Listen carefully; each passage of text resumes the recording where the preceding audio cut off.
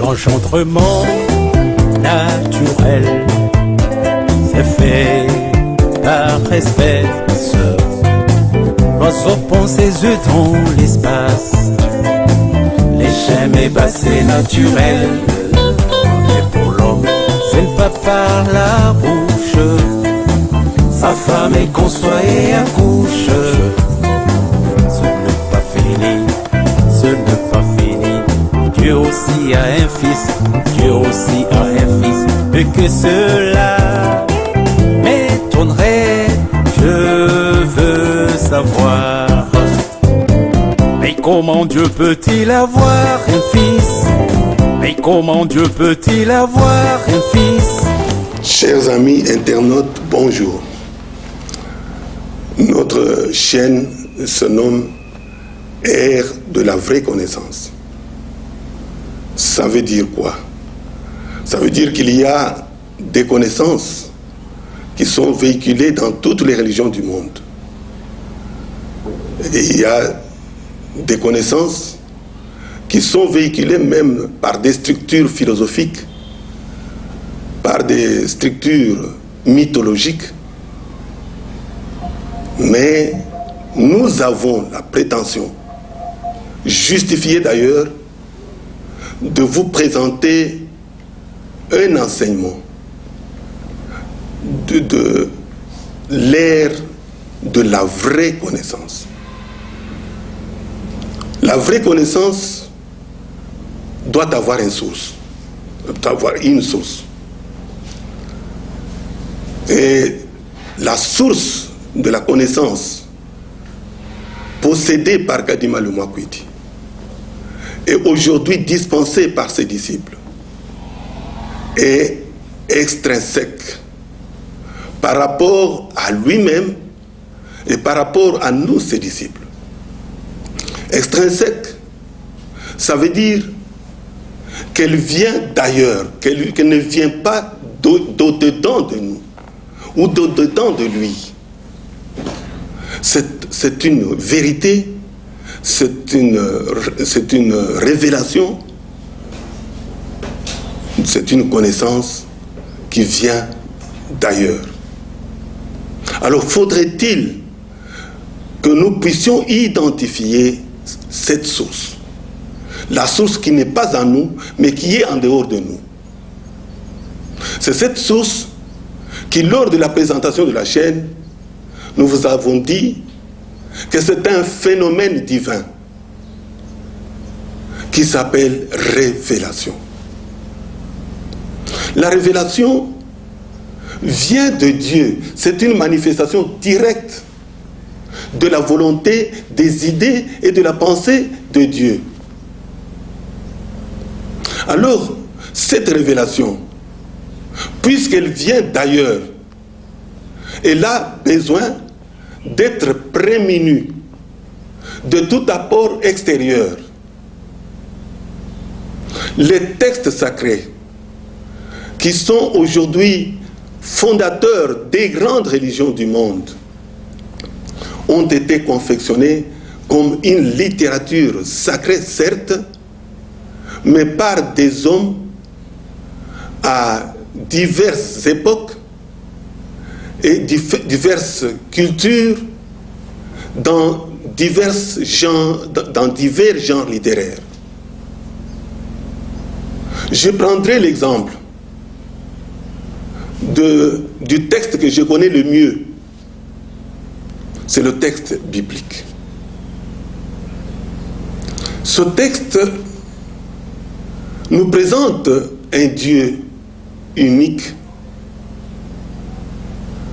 Et ce texte passe pour un texte qui nous présente une religion monothéiste. Même si en réalité, ce n'est pas tout à fait ça. Monothéiste ou polythéiste, ce sont des notions qui sont répandues au monde, mais qui en réalité ne disent pas autre chose que la réalité de la suprématie de Dieu. Dieu est un. Et les textes sacrés ont l'ambition de nous le présenter. Même si, dans les religions comme l'hindouisme, on nous dit qu'il y a des millions de dieux. Mais ces millions de dieux sont perçus d'une manière différente dans les religions qui se réclament du monothéisme. Ce sont des attributs de Dieu, du même Dieu, qu'il manifeste à des époques différentes. Alors, voilà la question que je me pose. Le texte sacré juif que nous appelons Ancien Testament, est-il une révélation, une tradition ou une compilation? Parce que dès le début, quand on lit le livre de Genèse, Moïse ne nous dit pas qu'il a reçu une révélation sur la création du monde. Il commence à réciter, il commence à nous donner un récit. D'où lui vient ce récit-là? Et c'est de Dieu, directement, ou c'est une tradition existante qu'il a trouvée et dont il a eu soin de mettre par écrit pour les générations futures. Et en me posant ce genre de questions, je me dis qu'il faut vraiment faire tout pour préserver le texte sacré, la révélation de Dieu à Kanima. Pour cela, nous devons prendre des précautions en prenant comme exemple ce qui est arrivé à d'autres textes sacrés, qui risquent un jour et qui risquent déjà de sombrer dans ce qu'on appelle mythe. L'écriture hébraïque a été composée par différents auteurs à différentes époques et en langue hébraïque pour les Hébreux. Mais comment se fait-il que cette écriture s'est propagée dans le monde? Il y a eu l'initiative d'un certain roi Ptolémée II. C'était l'un des 4 rois qui s'était proclamé à la mort d'Alexandre le Grand et à la chute de l'Empire grec. Il y a eu 4 généraux qui se sont distribués l'Empire. Et Ptolémée était le roi d'Égypte. Mais c'était un érudit. Il avait construit une grande bibliothèque à Alexandrie, en Égypte. Et comme dans cette bibliothèque, il avait tous les livres de la sagesse de tous les coins du bassin méditerranéen, il a aussi éprouvé le besoin d'avoir la sagesse juive. Et il a convoqué les Juifs vivant chez lui, les Juifs qui constituaient la diaspora juive en Égypte et principalement à Alexandrie. Ces Juifs se sont présentés et il en a choisi 70 qui étaient considérés comme des savants. On les a envoyés à Jérusalem pour pouvoir traduire, et c'est la première fois que le texte sacré hébraïque est traduit en langue étrangère. Le grec qui était en ce moment-là la langue internationale. Et eux, étaient des Juifs, mais qui étaient nés et qui avaient grandi en Égypte. Donc il faisait ce que nous pouvons appeler aujourd'hui diaspora. Alors ils sont allés à Jérusalem. Dans le temple où il y avait des archives, ils ont trouvé, parce qu'en ce moment-là, les textes étaient claqués sur du parchemin ou sur du codex. Alors ils ont pris des rouleaux qu'ils ont trouvés, tous les rouleaux qu'ils ont trouvés. Alors qu'en réalité, il y a des rouleaux qui étaient construits et qui étaient considérés par les autorités religieuses du temple comme étant les écrits saints, les écrits sacrés. Et d'autres qui étaient considérés comme valables, mais qui n'étaient pas considérés comme écrits sacrés. C'est ce qu'on appelle aujourd'hui les livres d'hétérocanoniques, ou des livres qui sont venus après la sélection des livres considérés comme canoniques. C'est ainsi que, eux, venant d'ailleurs, et ne comprenant pas pourquoi ces livres étaient repartis en deux, ils ont traduit tous les textes qui étaient gardés au temple. Et aujourd'hui, vous pouvez voir ça dans les Bibles catholiques, qui sont l'inspiration, qui se sont inspirés de la première traduction grecque qu'on appelle jusqu'à aujourd'hui les Septante. Les autres versions qui sont venues après se sont inspirées de la traduction des Septante. Et dans cette traduction, comme je l'ai toujours souligné par expérience, que chaque traduction est une trahison. Il y a eu beaucoup de trahison dans cette traduction-là.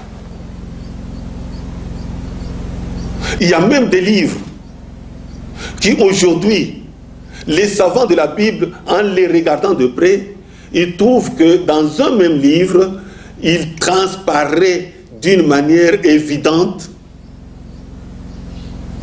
la main de deux personnes. Je prends l'exemple du livre d'Ésaïe. Il y a les 49 premiers chapitres qui sont considérés comme de la main d'Ésaïe. Et le reste, jusqu'à 65e chapitre, sont considérés comme un ajout tardif. Et on appelle son auteur pseudo-Ésaïe. Et pourtant, le livre d'Ésaïe aujourd'hui est très exploité par l'Église chrétienne, notamment dans le cas des prophéties messianiques. On l'appelle même l'évangile de l'Ancien Testament. Mais c'est un livre qui a deux auteurs, l'un connu, l'autre inconnu, mais qui ont été attribués, les deux livres ont été attribués au prophète Ésaïe. C'est le début du mal. C'est pour cela que Kadima le Mwakwiti a tenu à nous mettre en garde contre l'invasion de sa révélation. La révélation risque partout. La révélation ou même la doctrine issue des textes sacrés courent le risque de deux choses, de deux dangers. Le premier danger, c'est le syncrétisme. Et le deuxième danger, c'est le mythe. Or, Kadima le Mouakoui dit, avait horreur du mythe. C'est pourquoi il a introduit dans sa révélation tout un chapitre parlant de lui-même, de sa personne en tant qu'homme. Et on l'appelle notice biographique. Quelque chose de très très important.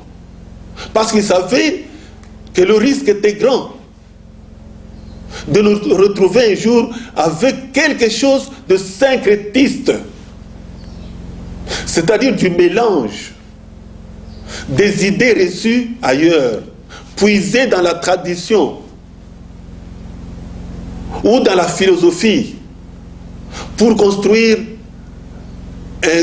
une seule doctrine qui n'aura plus l'inspiration ou toute l'inspiration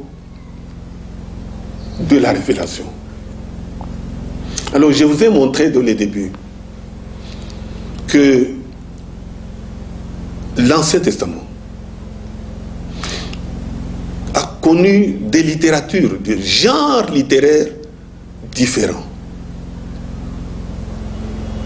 Et on ne peut pas affirmer que c'est la révélation de Dieu. Parce que la révélation, c'est une manifestation directe de la volonté de Dieu, de sa pensée, de ses idées, de sa doctrine. Or que l'Ancien Testament réunit toute une foule, tout un tas de genres littéraires. Il n'y a pas seulement la loi, il y a aussi les livres qu'on appelle livres poétiques, il y a les livres historiques, et il y a les livres prophétiques. Donc, c'est assez disparate. Et cela est à la base de la plupart de déviations, de la plupart d'hérésies entretenues aujourd'hui, même par le Nouveau Testament, qui s'est largement inspiré de l'Ancien Testament. C'est le cas, par exemple, de la grande doctrine du messianisme. Le Messie, qui est-il? D'après l'Ancien Testament, le Messie doit être un homme descendant de David, un homme au sens propre du terme. Et ils attendent ce Messie auquel ils assignent des missions liées à leur existence matérielle physique, à l'existence physique de l'État d'Israël. Le Messie devait venir, un, comme prophète libérateur, deux, comme roi conquérant. Prophète libérateur, c'est-à-dire un autre Moïse qui vient pour libérer Israël. Rappelez-vous que à l'avènement de Jésus le Christ, Israël était sous l'empire, sous la domination de l'empire romain. Alors les Juifs demandaient à Dieu de leur envoyer leur Messie qu'ils attendaient, qui leur était promis. Et Jésus étant venu, les Juifs espéraient qu'il le délivrerait de l'Empire romain. devait être un roi conquérant, c'est-à-dire un grand guerrier comme des généraux, les grands généraux de l'Antiquité, de ce temps-là. Parce qu'en ce moment-là, il y avait des généraux qui se faisaient la guerre, qui étaient des conquérants des grandes terres, des grands empires. Alors il croyait que le Messie devait aussi être un général, un grand guerrier, un grand stratège qui vient pour conquérir toutes les nations et les soumettre à l'autorité du royaume d'Israël. Donc c'est une interprétation. Pourquoi cela est-il advenu? C'est parce qu'il y a eu du syncrétisme. Et le syncrétisme souvent mène au mythe. Et le mythe qui est introduit dans l'Ancien Testament, c'est notamment le fait d'attribuer à Jésus de Nazareth, qui était réellement un envoyé de Dieu, qui était réellement un rédempteur, mais on lui a attribué des missions et des pouvoirs qui ne venaient pas de Dieu, qui étaient dans leur imaginaire. Et c'est pour cela que le Nouveau Testament a consacré une doctrine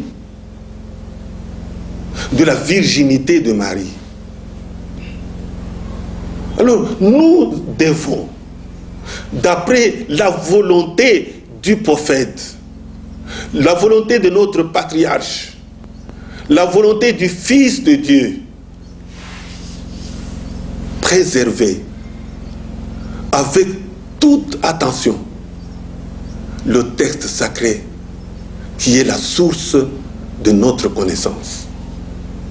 Et nous, toutes les connaissances dont nous vous ferons part à travers nos vidéos seront basées sur cette source qui est Dieu lui-même, qui est l'être suprême, qui est, vous pouvez l'appeler comme vous voulez, mais cet être suprême s'est révélé à Kadima.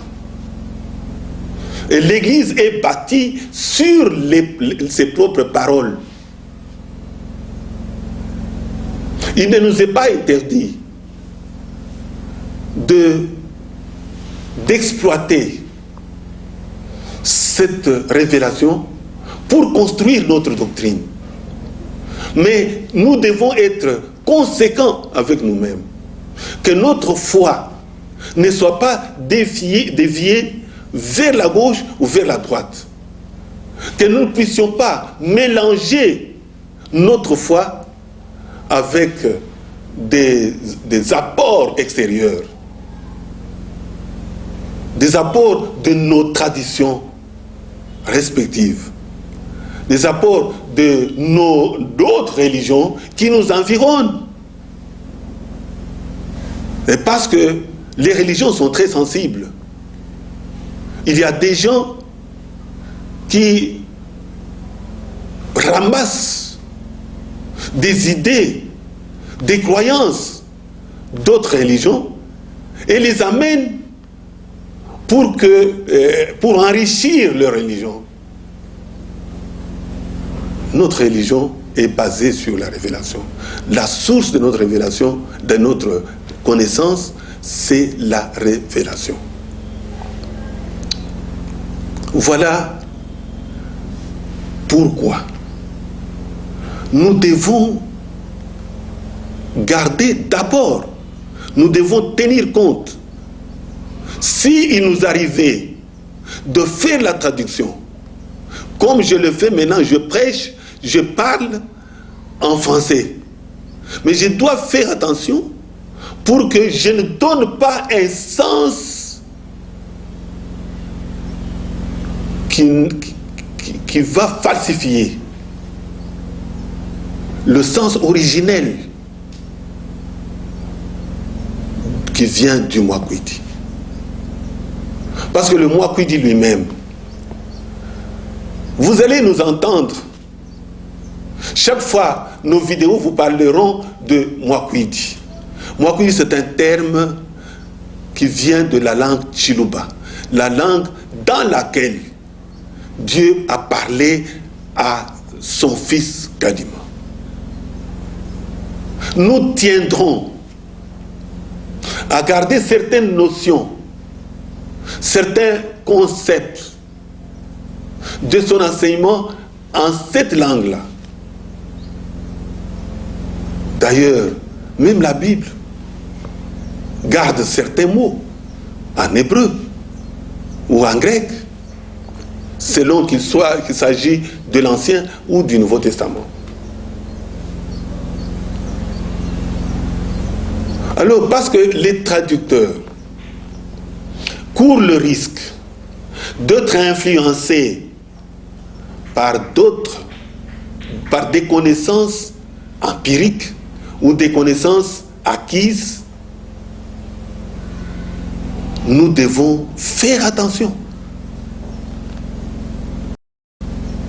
Quand il s'agira de traduire cette révélation en langue étrangère, que ce soit le français, que ce soit l'anglais, que ce soit le chinois, nous devons faire attention.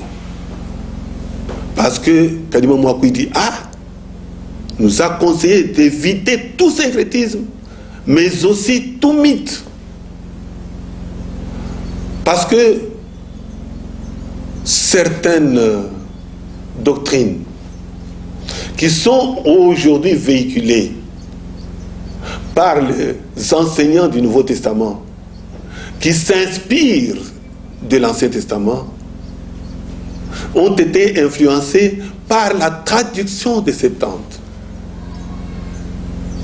C'est notamment le cas de la virginité de Marie, comme je l'ai dit.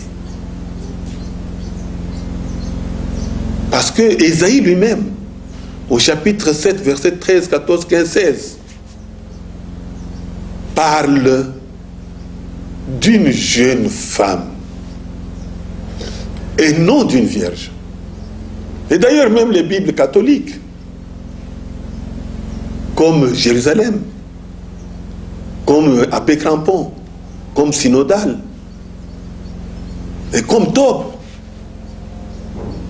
on ne parle pas de vierge. On parle plutôt de jeune femme ou jeune fille. Alors cela devient un mythe. Et le mythe qui ne vient pas du néant, parce que ce mythe existe ailleurs. Et quand nous pensons que ces gens, les Septante qui ont traduit l'Ancien Testament en grec, venaient d'Égypte, ça suppose qu'ils étaient influencés par des religions égyptiennes, notamment la religion d'Osiris et d'Isis, qui sont réellement des types de la doctrine messianique de la virginité. Isis, une déesse. Osiris, son fils, mais en même temps son mari. Parce que c'est avec lui que la Isis a engendré. Alors cette doctrine-là, qui est étrangère, qui vient tout droit d'Égypte, a été incorporée, intégrée dans l'entendement doctrinal des Juifs.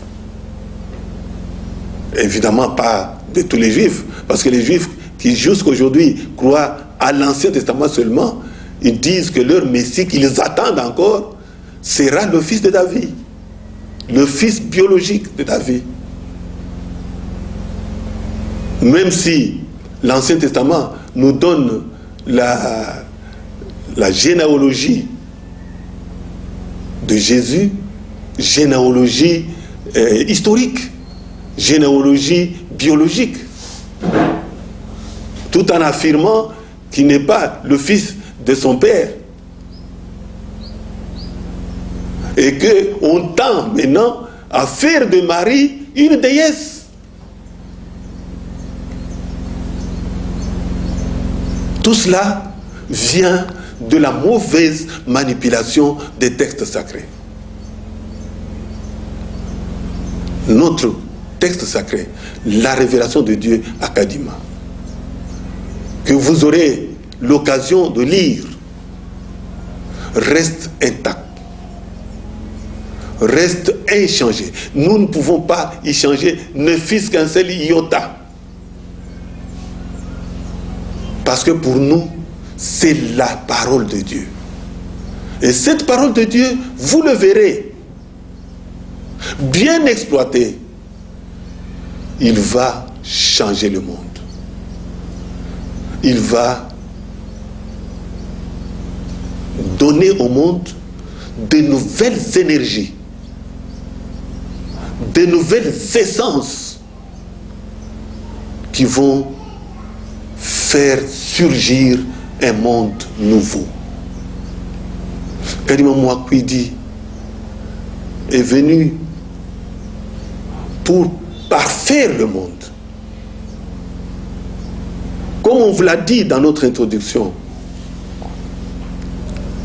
notre monde est appelé à une grande mutation, une grande révolution sur le plan spirituel, sur le plan moral, sur le plan matériel, sur le plan de toutes les approches. Toutes les approches religieuses entre nous, les humains, entre nous et la nature, entre nous et les autres créatures, entre nous et l'être suprême.